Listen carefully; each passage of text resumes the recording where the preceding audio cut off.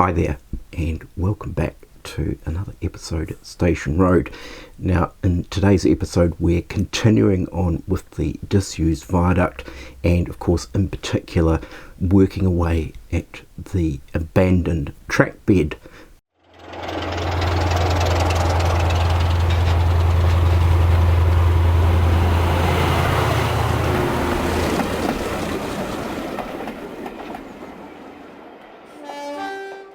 So in the previous episode we got as far as laying the track and of course applying the ballast. So you may recall that one of the lines is fully intact and the other line was partially dismantled in varying degrees. So in today's episode, of course, continuing on with that, we look at weathering this track because obviously it looked a little bit too pristine and clean looking, and then we move on to the beginning of the static grasses and foliage and overgrowth and all of those types of things that are growing up through the ballast. So I mentioned in the previous video, obviously that was part 1 and this is part 2, but I do believe that there's going to be a part 3 as well, because otherwise the video just gets too long. So in today's episode it's looking at that base ground cover for static grasses, weeds and overgrowth. So just a heads up for the first part of this video. Unfortunately, silly me, forgot to plug my microphone in, so the audio quality is not its usual best, and I've had to tweak it a little bit within the actual production software. So apologies for that. I certainly wasn't going to go through and reshoot the first part of this video. So without further ado, let's just get into what I got up to. So we'll begin with the base weathering that we're going to apply to this track bed, and I don't really do that fancy pants type of weathering with the airbrushes and all of that kind of thing, nor do I actually do any weathering to the track before the ballasting, because I like to keep things relatively simple when it comes to that. So hence why none of this track was weathered before it was laid.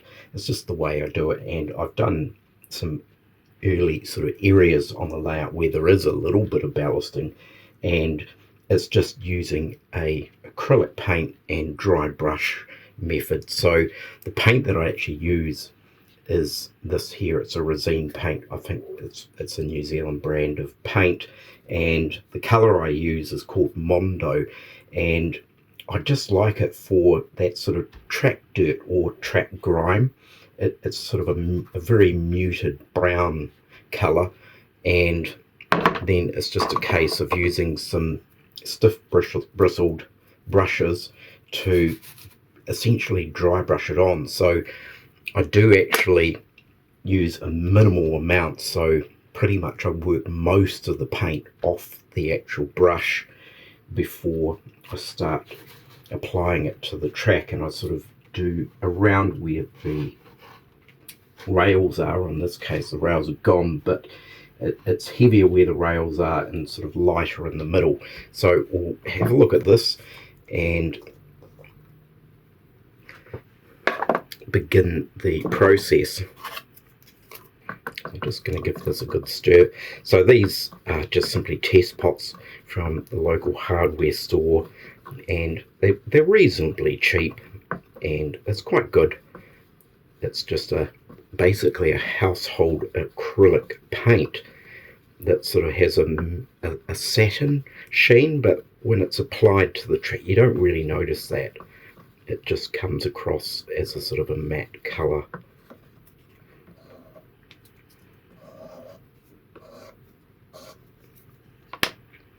So I think I might use this brush first, and it's just a case of dipping the brush in and working most of this paintwork off.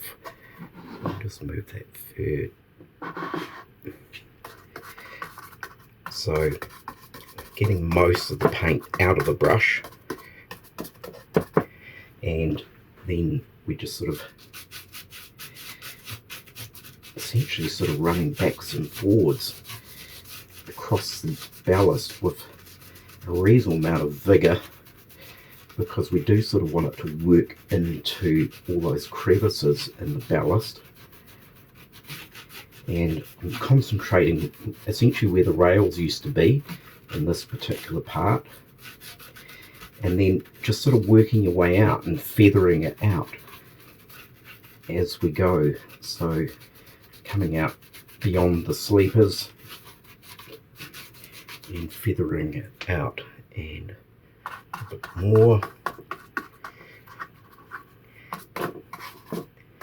and of course the main thing is get most of the paint off the brush.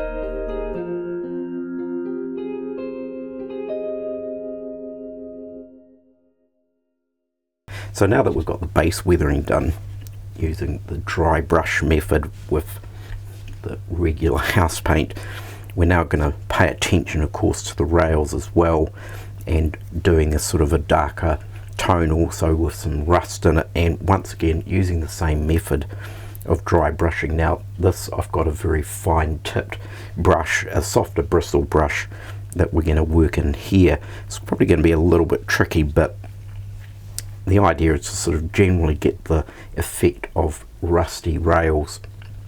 So I'm using two different paint colours here. Once again, they're both household test pots of paint. This is a slightly deeper, almost sort of a mossy green colour, and then sort of terracotta colour mimicking a rust colour.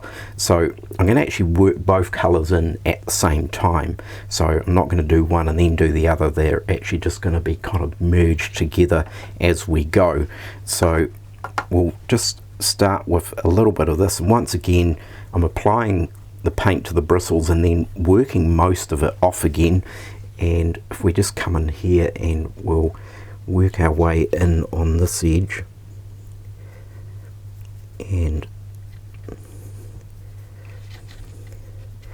it's a very similar tone to the actual ballast weathering, so it's not too bad if it sort of ends up on the sleepers.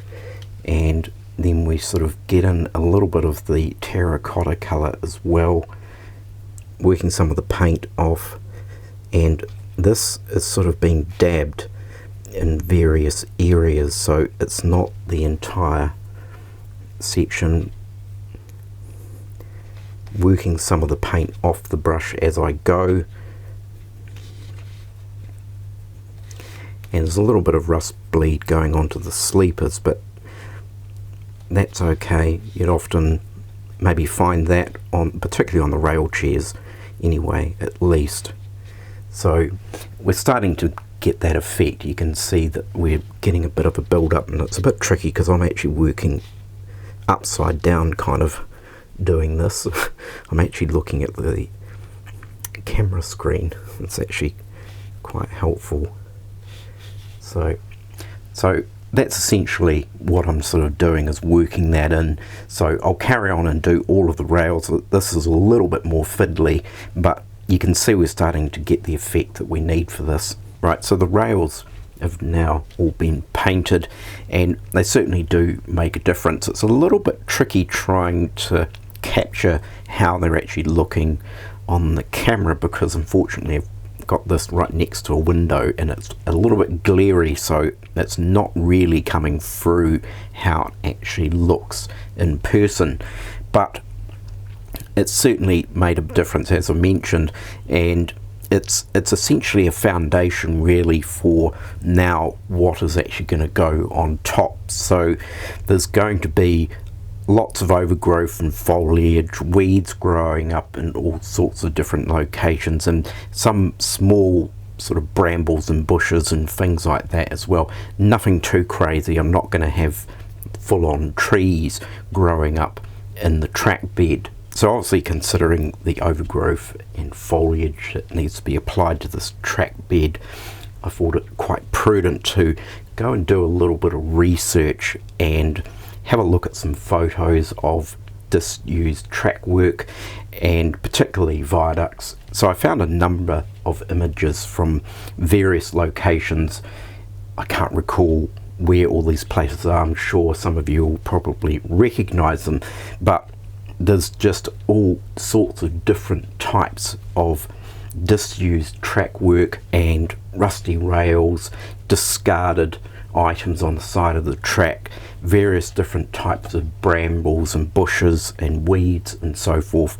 And of course, even in some examples, I was surprised to see quite large trees growing up on top of railway bridges or viaducts. So there is quite a variation. Now, I need to consider, of course, this is a disused railway line that's been out of action maybe for 5 years, possibly 10 at the most. I'll stick around 5, so that's 5 years for the wilderness to take hold and actually start growing up in the track bed, but obviously not as much as we might see disused railways today that may have been out of action for up to 60 years.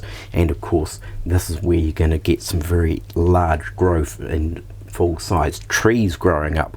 So I'm considering it from the point of view, my layout is in general roughly late 50s through to early 70s, and it's all around the time of the beaching cuts and lines being lost all over the countryside. So it's around that period, hence why there is a line still intact, and of course one of the lines is being torn up. So maybe for a period of time this particular line was reduced to a single track and was used possibly, you know, whether it be for a access to a coal mine or something like that.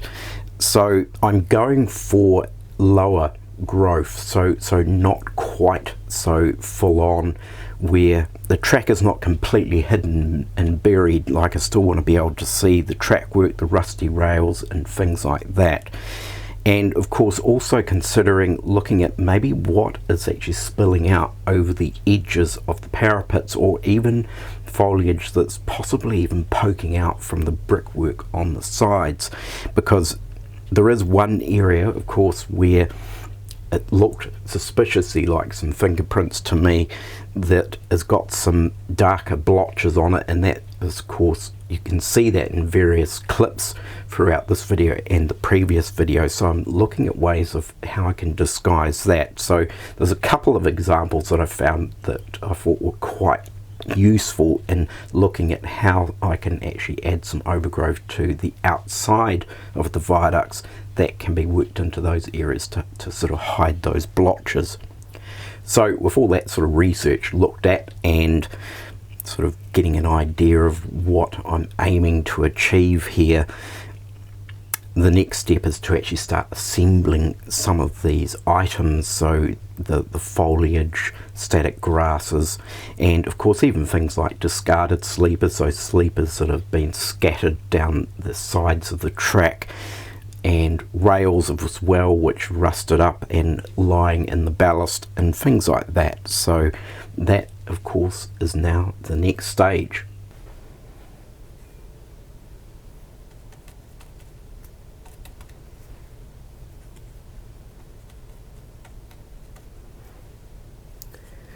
So the first component to obviously start adding is our static grasses and any kind of ground cover type materials as well. So at this stage I'm just adding a low profile static grass. It's actually a blend of, I think, woodland scenics and possibly pico, and I'm just doing patchy areas of quite short static grass, I think 2.5 mil, and just sort of going over very random areas, trying to sort of mimic what the photos showed. And there may be more concentration of grass on this uplifted section of track as opposed to the other line which is still intact, because as I mentioned, this could have been used up until more recently. So the mixture I'm just using here, it is Mod Podge, and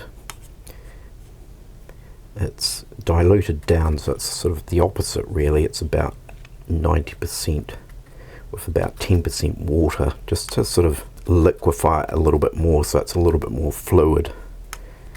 It's got a bit of dishwashing liquid in it as well. So it's just a case of doing a few sections at a time and using my trusty homemade applicator.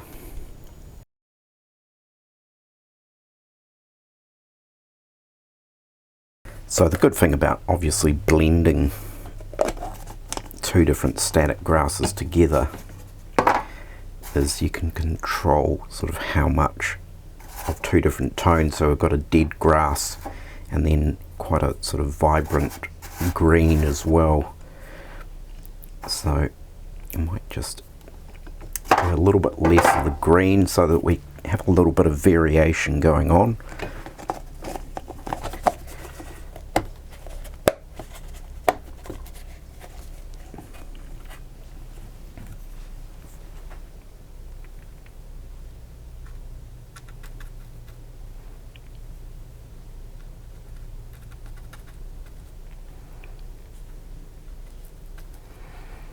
And then of course once this is all dried, then of course we'll begin the layering over with longer grasses, 4-6 mil grasses. So I'll just speed through the rest of this and we'll come back when this layer has dried and we can begin with the next layer.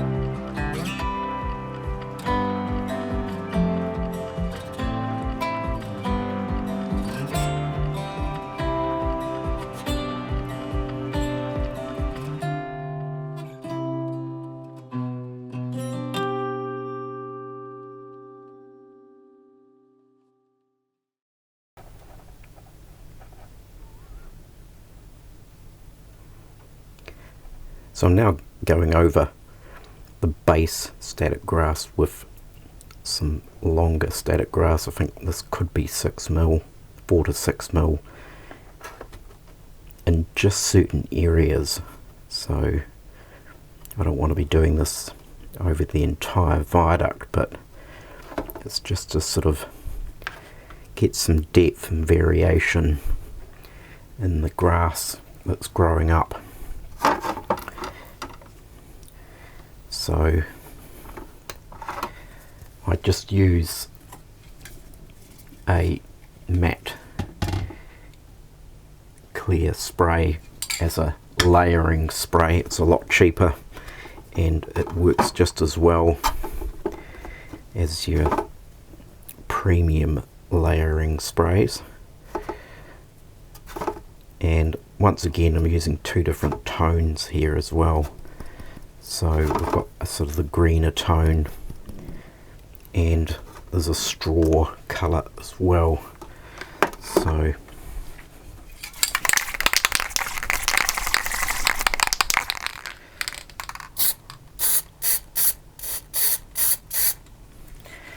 just adding a bit of straw to the top of this section. I should have probably waited for it to dry, but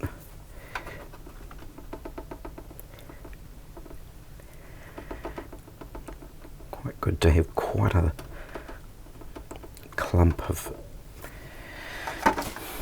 grass growing up in certain areas.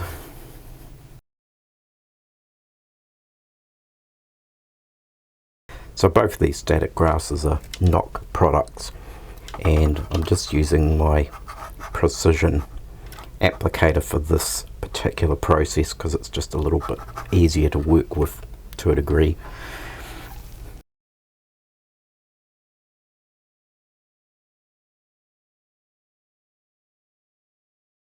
So that's the second layer of static grass applied, and it's certainly starting to take shape now.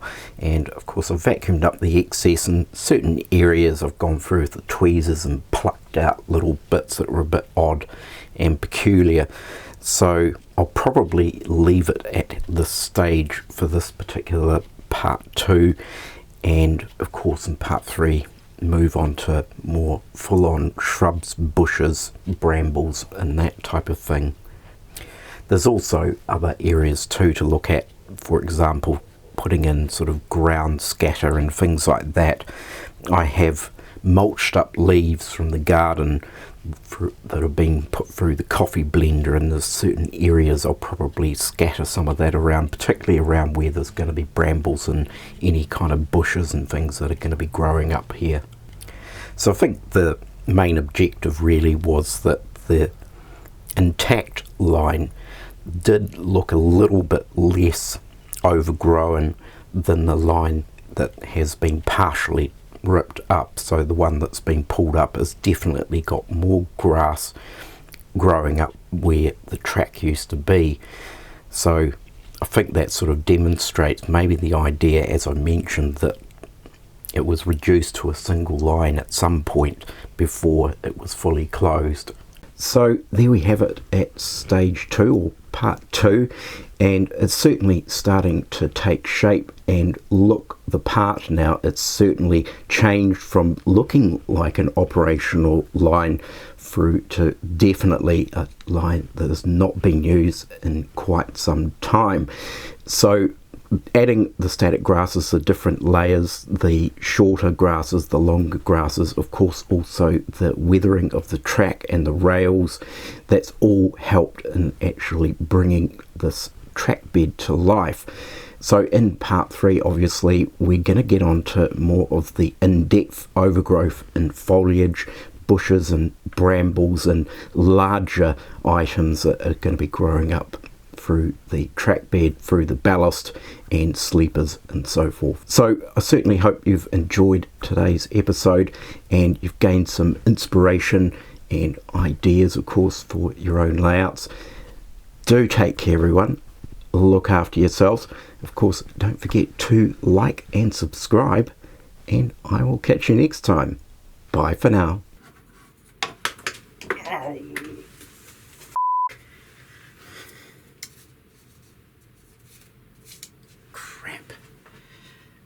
bloody clumsy clot.